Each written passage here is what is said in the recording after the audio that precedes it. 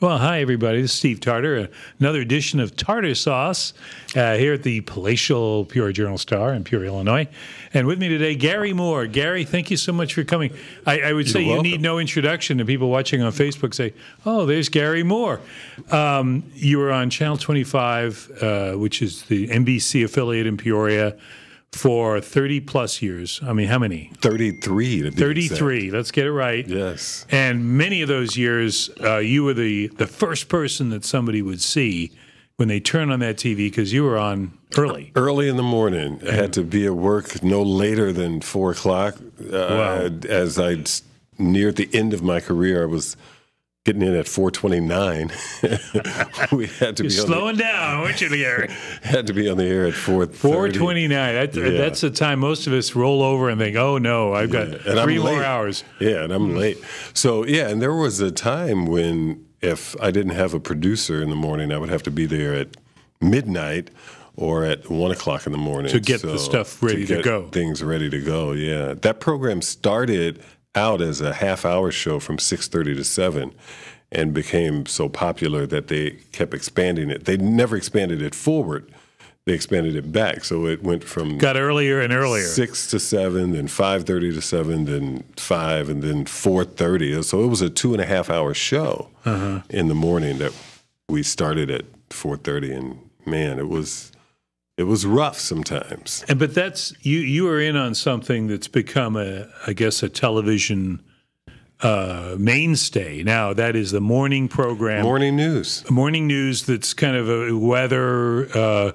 Here's stuff to start your day, but also the news of the day, what's coming, what was, local. A news salad, I think, is how There we news go. director and I used to term it. So ours was the first in the market.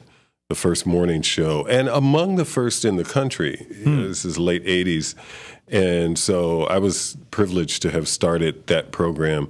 My background, though, was in radio. I had come out of radio. I was working at WXCL and had been there That's where I first met you. Yeah, I had been there for... I wasn't XCL, you were, but we would just run into each other. Right. I remember you and I covered a story about Tut's Tomb. Yes. And I was on radio, and I ran these Halloween sound effects of a crypt opening, and Tut's Tomb. The beauty of radio. Tut's Tomb was the name of a nightclub, and there was some controversy with some of the African American population who were at the nightclub and locals, residents who didn't like the music or the noise or whatever, and it was some controversy. I remember. I think there was a newspaper, not the Journal, but it was Community Word or something like that. Well, at that time, I don't know if it was the Observer or the Penny Press. The Observer. Yeah. I think it was the Observer. Yeah, but both of which I work for, and I can't remember exactly when that was split.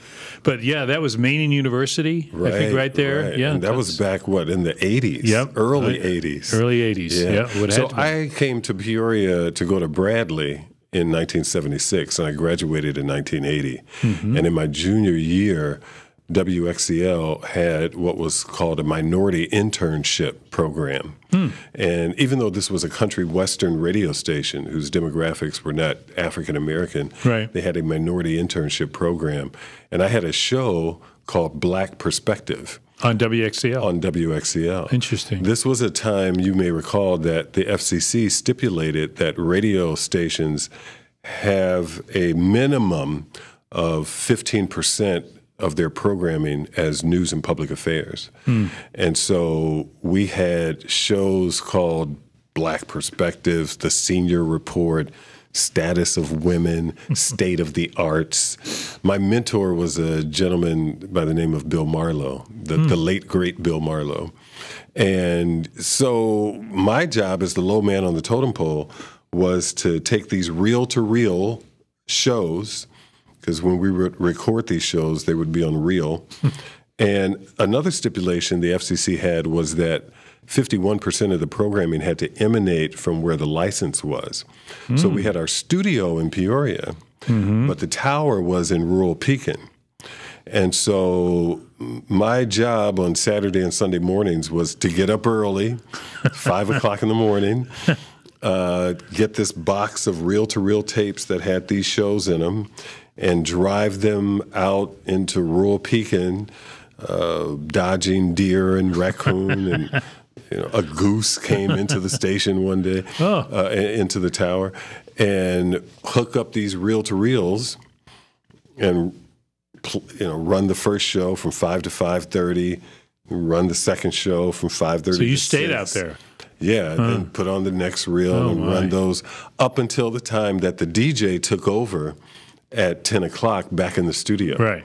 And I would like to think that listening to those shows, I developed an ear for the nuance of conversation and how to slip in and out, and Marlo taught me a lot. But I think the thing that I would want people to take away from that was that there was a commitment on the part of the government to news and public affairs.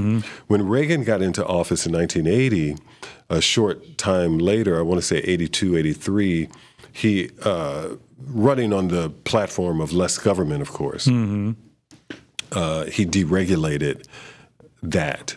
And so that FCC deregulation was, to a lot of broadcast historians, a sad chapter in radio history. A lot of people felt that that was the death of radio news because a lot of stations no longer had that requirement, and so they cut their news departments. Sure. And our department was no exception. We used to have 6 people.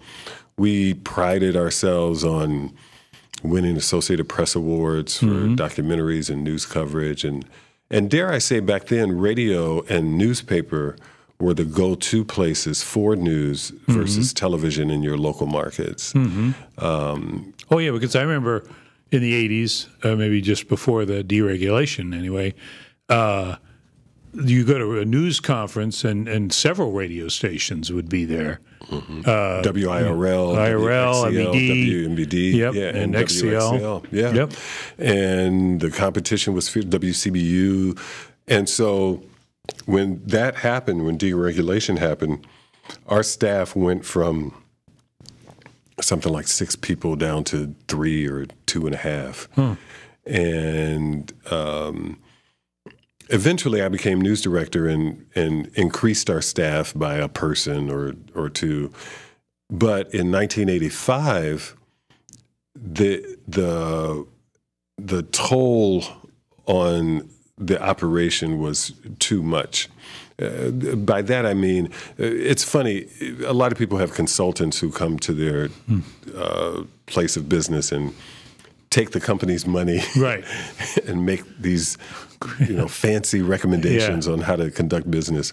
And we had a consultant that came in and recommended double anchor news. That was the thing. You got to have double anchor news. I'm Garry Moore and I'm Lynn Morford, and here's our news. And we would ping pong the reporting of this.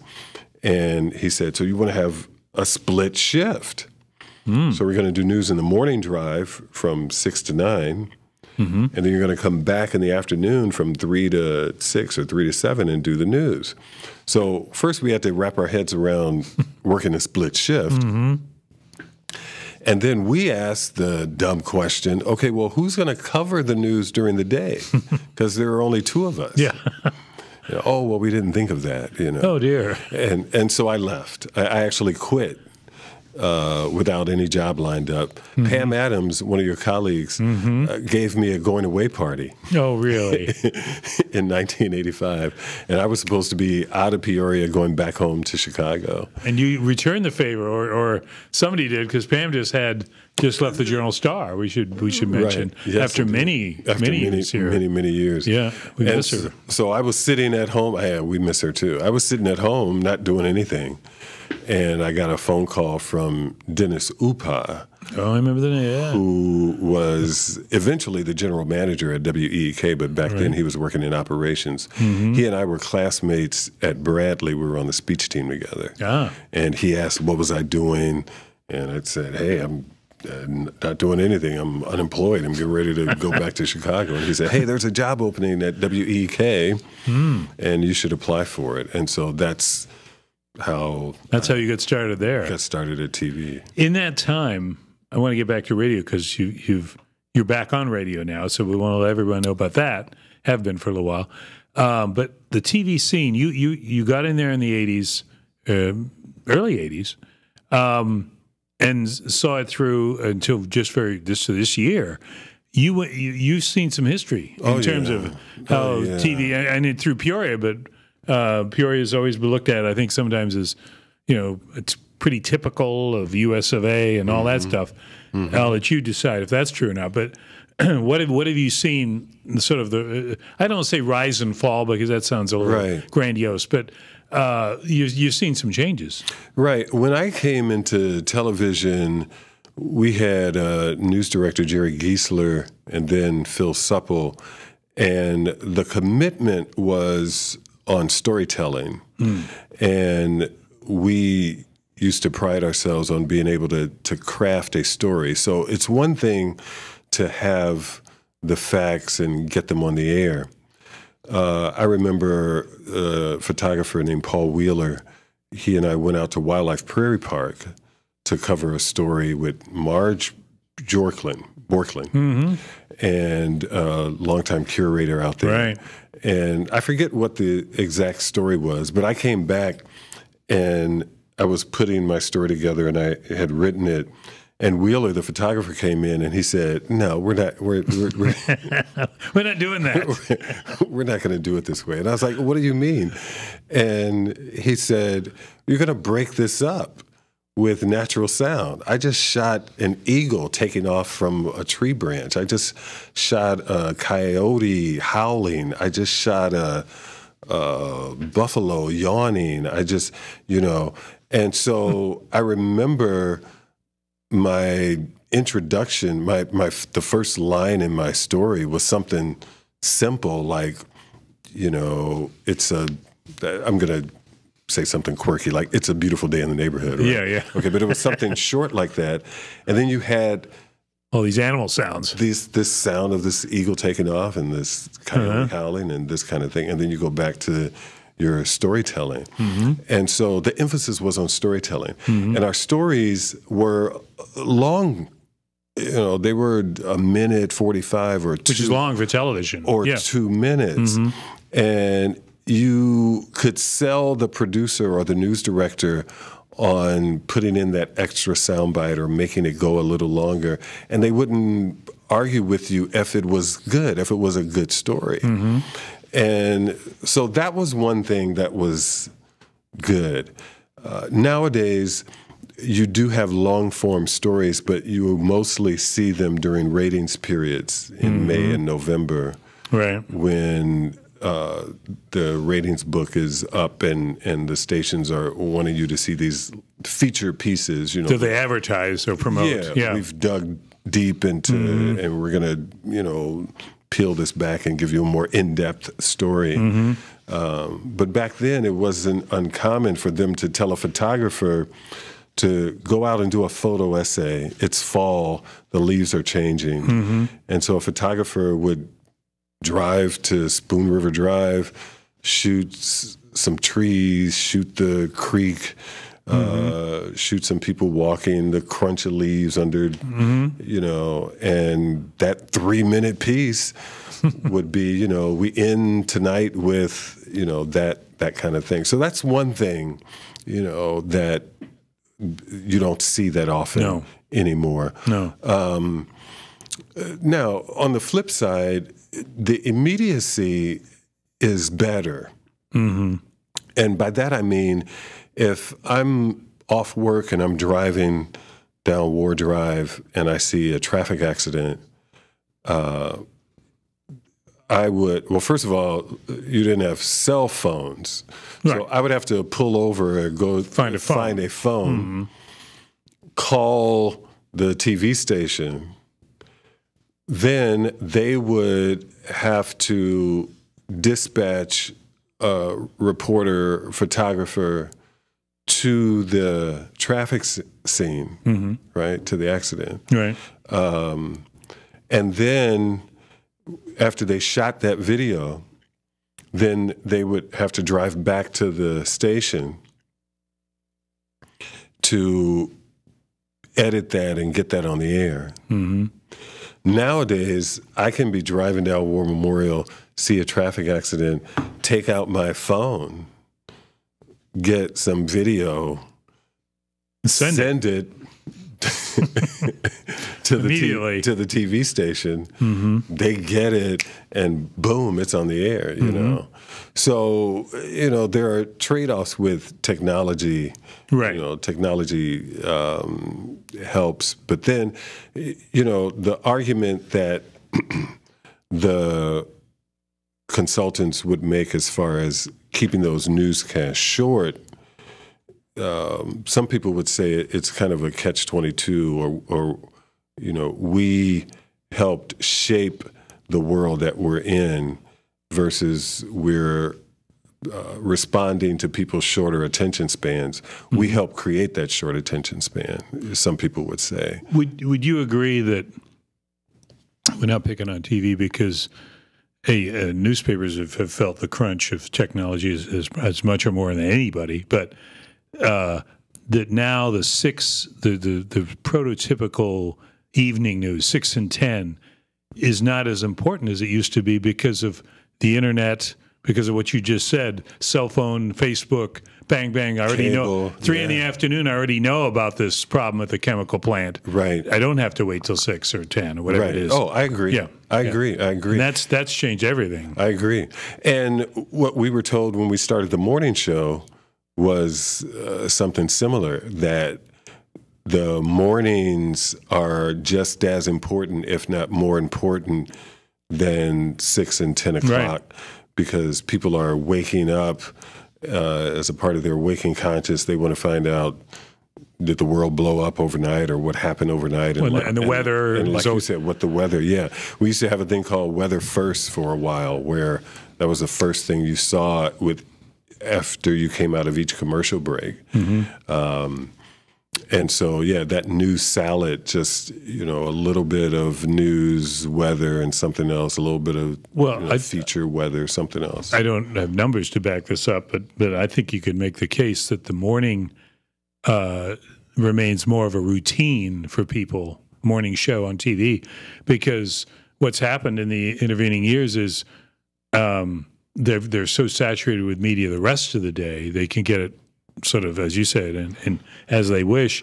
But also radio has, again, you started by saying that, in this town now, we have MBD and CBU basically doing news, local news. And I don't know, I know CBU's got right now one person. So, and we do it occasionally on our station. And your station. But our station tell us about your station. Yeah, so our station is WPNV Hour, my wife's station and mine. WPNV, we're Peoria's neighborhood voice. The history of this station, the LP stations, and I'm just telling one aspect of the history of them. Let's go back when I was talking about the FCC requirements for news and public affairs. A few other things happened with Reagan. I want to say in his second term, they eliminated the Fairness Doctrine. And what the Fairness Doctrine said, it was idealistic, but if I was interviewing a Democrat for my radio show, I was compelled to go out and get a Republican, or whatever the issue was, I was compelled, I had an obligation to get the other side. Right. And that was the Fairness Doctrine. Well, that was eliminated. Another thing that was eliminated, it started with Reagan, and I want to say, I could be wrong, Clinton cemented the deal, was there was a moratorium that was placed on the number of broadcast properties you could own. And so if Steve Tarter was in Canton and had a television station, you could not also have a radio station and a newspaper, because the commission felt that you would be monopolizing the market. Right. And so that was eliminated as well. So now fast forward some 35, 40 years, and when you turn on the radio, you don't hear, going back to what I was saying earlier about Sunday Topic, the Senior Report, Status of Women, you don't hear of a diversity of programming. Two, you don't hear both sides. You know, you listen to Rush or Hannity or Glenn Beck or, you know, and you hear this one-sided argument, okay? Right. And then the number of companies that own media are very small. Right. You know, it's only a small number of firms that own the majority of media. And you can bet there's some intersection between those who own and the propaganda or the information that's being put out, right? And so what some people like myself did, you know, some 12, 15 years ago was went to the commission and said, you know, this is not right, you know, because the number of minority-owned stations was on decline. Right. And the FCC essentially said, you know, the cow's out the barn. There's not a whole lot we can do as far as, you know, these stations. But we'll tell you what, you know, we got a deal for you. You know, we'll open up some low-power frequencies, you know. So these are little 3.5-mile cones, you know, little stations. And there's some stipulations in terms of how you're to program. So we had a station in Bloomington, WXRJ, and we have this station in Peoria, 106.3 WPNV. And our commitment, so I'm going back to my roots now, right? Because I cut my teeth on news and public affairs. So our commitment is to education, financial literacy, and information. And so we have a program called Newsmakers that I host. And that program is at 8:30 on Saturday and noon on Saturday. It's rebroadcast Sunday evening. And I do things topical. You know, we did a half hour on renaming the school, Wilson School to Sanders. Right. We did a half hour with the mothers of the alleged bomb squad guys who argue that the RICO law is an overreach of law enforcement. You know, we did half hour with Terry Burnside, whose son got shot, and you know, the day after he had the peace rally, and you know, and so we do nice long form interviews, interview a number of people. You know, we had Darren LaHood on and Junius Rodriguez on. You know, in the last campaign, you know, talk about, you know, congressional issues and stuff like that. We also have a program called Dollars and Cents. Newsmakers is sponsored by the Illinois American Water Company. Dollars and Cents is sponsored by CEFCU.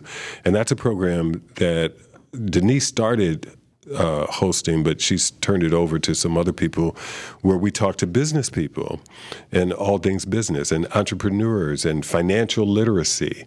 You know, how to manage your finances. What does your 401k look like? What, you know, how do you do your checkbook? The evils of loan sharks, and but then business. You know, what's a good location for your business? How do you market your business?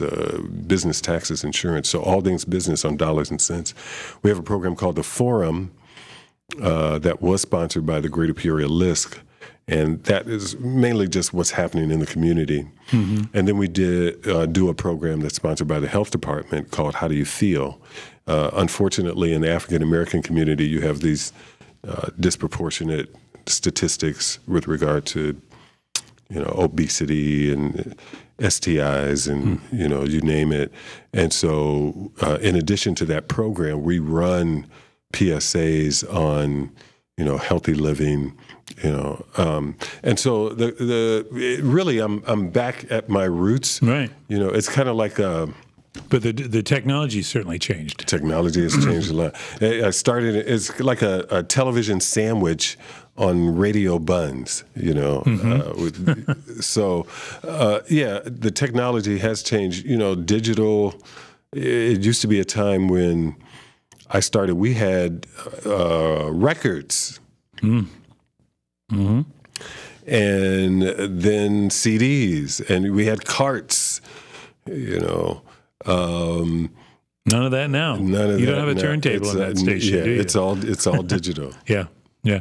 What was your reaction, Garry, as somebody who knows the neighborhood? Because you've done a lot more than just do the news and all that. Because I know you've been, you know, making the scene at you know, throughout the year, doing things Cultural arts. Cultural arts. Thank you. I need the right words.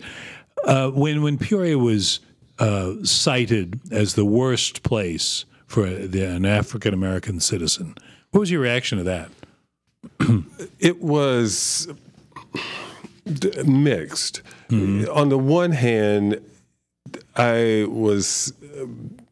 think, with a lot of people in just the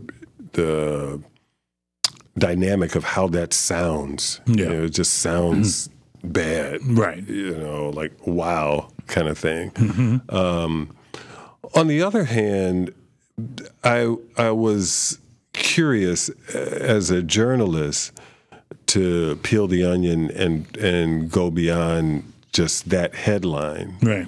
And once I did that, and you looked at the numbers and saw that, okay, they're throwing in the surrounding counties. You're talking about the greater Peoria community. Right. So if you're talking about Bartonville with a black population of 2% or whatever, and Pekin, and and all these other communities, then it becomes skewed somewhat. Right.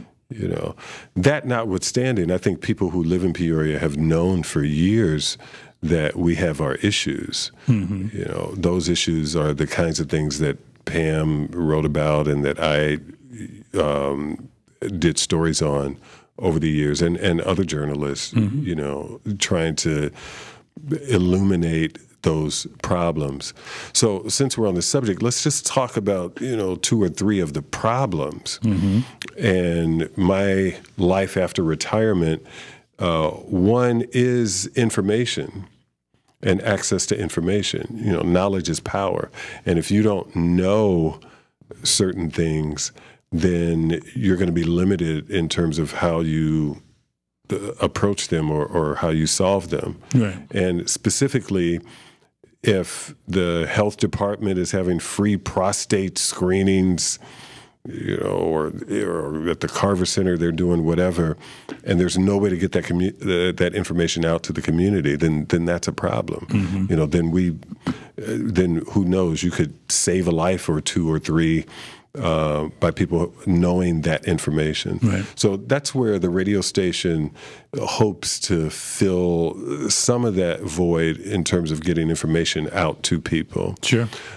With Denise and the Minority Business Development Center, our station is next to Busey Bank, used to be Southside Bank, catty corner from City of Refuge Church on Ting, Southwest Adams, 2139 Southwest Adams.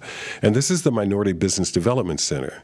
And this is a place that, and you've been there, encourages African-American business ownership, veteran ownership, women business ownership, minority business ownership.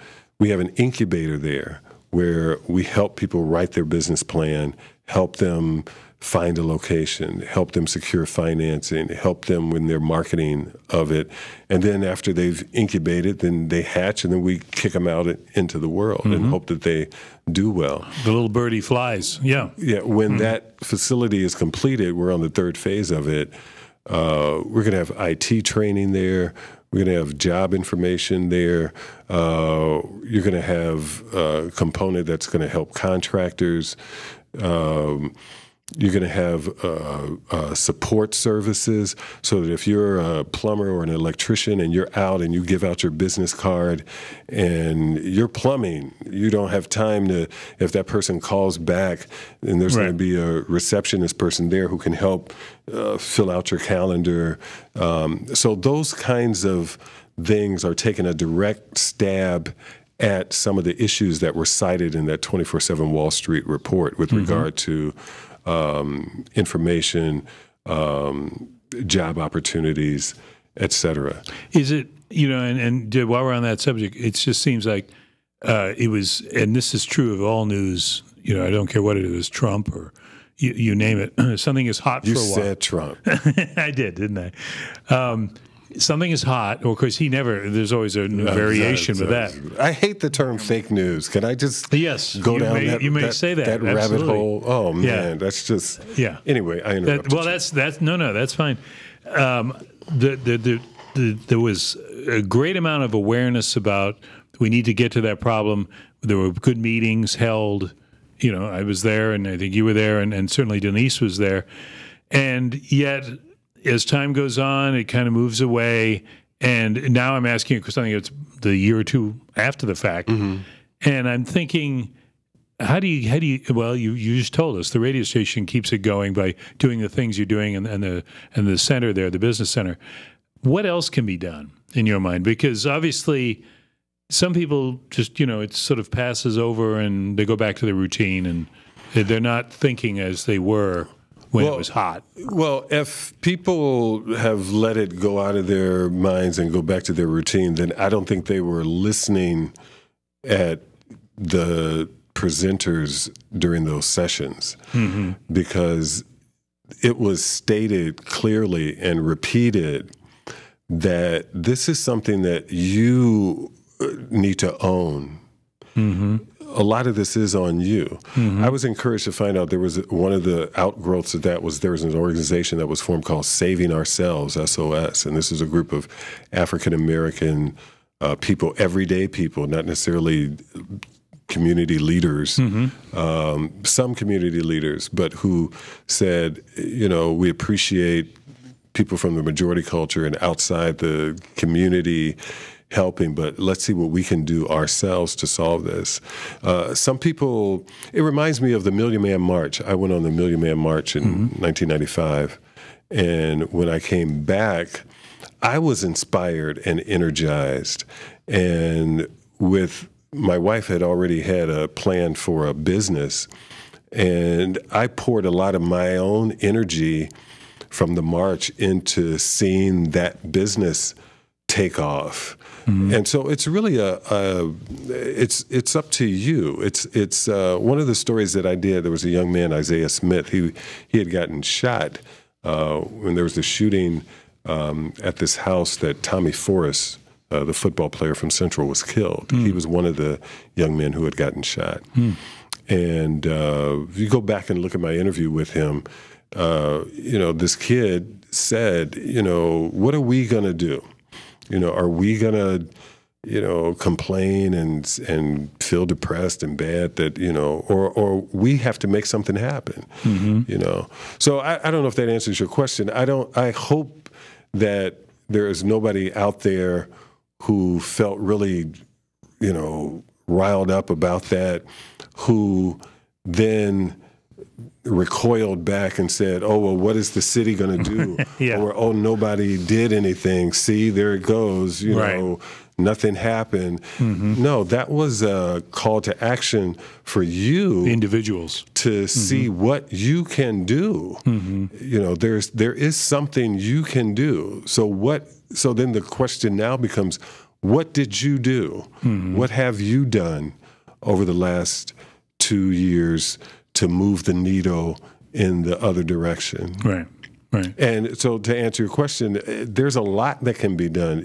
Just pick your poison. You could throw a dart at the board, any one of those problems. The problem is, we talk about the family, the African-American family. And, historically, as you know, starting with slavery in this country, families were smashed. You get into the welfare system where the father is encouraged to leave the house in order for the woman to get a check. You get, there are all kinds of government-instituted policies and where the society encouraged the disintegration of the black family. Right. Okay, so now it's easy for us to say, oh, well, this single mom, she has, a couple kids and the father's nowhere around, or these dads are delinquent, or, whatever, or we have, if the parents did more, well, so now you have that vacuum. Okay, well, there's a mentoring opportunity there. You know, if you're trying to figure out something to do, you know, all you need to do is get in contact with your local school or a community center like Carver or Proctor or Friendship House or, you know, any one of those places. And if you pass the screening, Big Brothers, Big Sisters, Boys and Girls Club, whatever, you know, then you can plug right in. You know, next thing you know, you're driving a van full of kids to the DuSable Museum in Chicago, or you're the one making sure that the baseball team has cleats, or, you know, it's just a matter of you finding a way to plug in. The opportunities are there. Yeah, and you know, Denise is a council person, and we joke all the time about the city. You know, you'll hear people throw out this broad brush of the city. You know, what is the city going to do? And they look to city government to handle everything. Yeah, but city government is just a small part of the city. There's only so much city government can do to move that needle. Particularly with budget constraints. Right. The city is your employers. You look down University or down Knoxville. That's the city. You know, the city is your neighborhood. Right. You are a part of the city. You know, so when we say, what can the city do? You know, you point that finger back at yourself. You mentioned fake news. We don't have time. We could say that for another day, but I think it's worth mentioning that once you say something over and over and over again, I think some people are inclined to actually think there's something there, which is probably, you know, a tactic if you want to use it. But Steve, you know, I think that we're in trouble. I'm worried about what we consume via media, because nowadays you talk about how the industry has changed. So, you know, it used to be a time where you had ABC, CBS, and NBC, the three networks, and PBS. And every night at 5:30 you tuned in, and Dan Rather or Peter Jennings or, you know, Tom Brokaw or these three guys would give you the news, and they did a pretty decent, respectable job. And on the weekends, you watch 60 Minutes or 2020 or Dateline, and they went into depth on some of these issues. Okay, no harm, you know, CNN comes along, and you got MSNBC, and you got, you know, these other.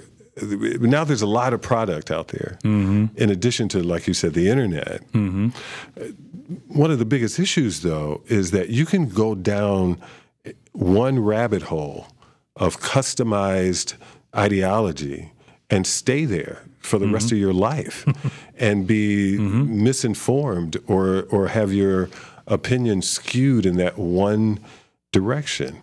And that's a big problem. You know, if you're left-leaning, you can just tune into MSNBC and that's all you hear. And if you're right-leaning, you tune into Fox and that's all you hear is that propaganda.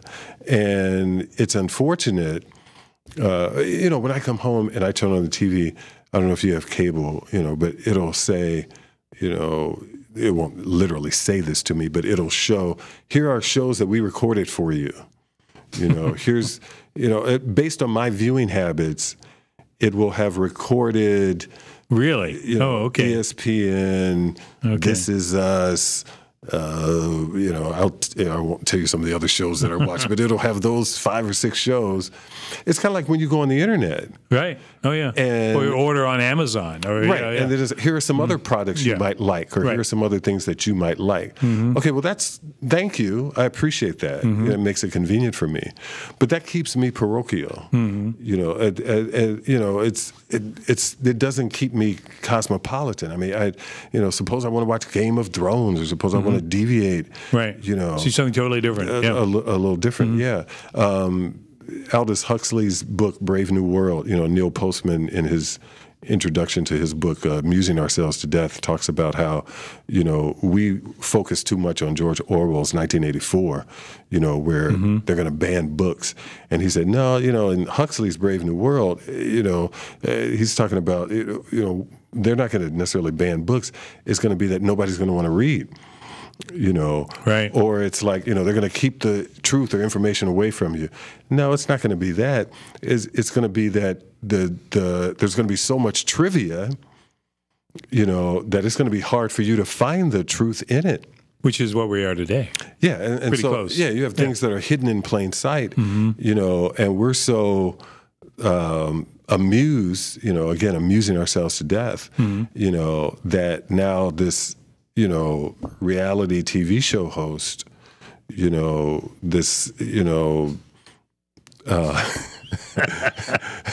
wait, can I say more? You can say whatever you want, Gary. Well, I think I know where you're going, but yeah, you've got a he becomes president, right? I mean, and so isn't it fitting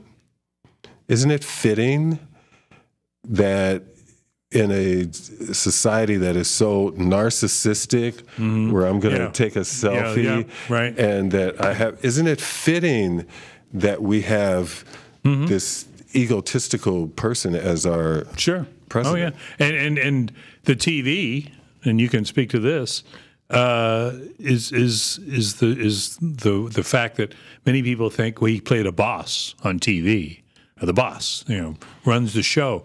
That's what people may have thought when they went to the polls. Oh, I'm with the boss. Exactly. So here we go. Exactly. I have to say one thing, because we're going to cut this short, because we're going to have you come back, because you hit on so many great points. But I have to give you some credit for something that I was involved with the Apollo for a number of years, and we did a Richard Pryor thing, showed some films, and you did. I only wish that we had videotaped it, because it should have been done. But Gary wrote a play, and it was acted out on the Apollo stage about Richard Pryor going to heaven, or a question mark, and it was so well done, because I thought, and again, I can't do it justice because one would have to see the show, but it really brought Richard Pryor, who's always brought up in every discussion about somebody who never knows about Peoria except for Richard Pryor, but it brought up those points about him, the sort of the brilliance, and also his self-destructive, and all these things that went into his character. But you did it so well, and it was so what a great intro. And I was there standing in the back of the theater just thinking, wow, this should have been the show. And then the movies were kind of secondary to what you did. No. But that was just part of your talent. But anyway, we want to thank you. But Garry Moore, he's retired, folks, but I don't really see that, because he's on the radio and he's making the rounds, and our receptionist said she saw you at Kroger and was all excited. So you're still generating excitement wherever you go. You know that. Well, thank you for having me. I appreciate it. Well, next time I come, we'll talk about some of my cultural arts projects, and Beltman. Beltman. Okay. Beltman is a superhero that goes around lifting up guys' pants. Oh. We need to hear more about that. Well, let's see. You got a teaser there for folks for the next time. And I want to thank Adam Garrick for getting all this thing online and everywhere. And hey, we'll see you next time on Tarter Sauce. Thanks, Gary. Thank you.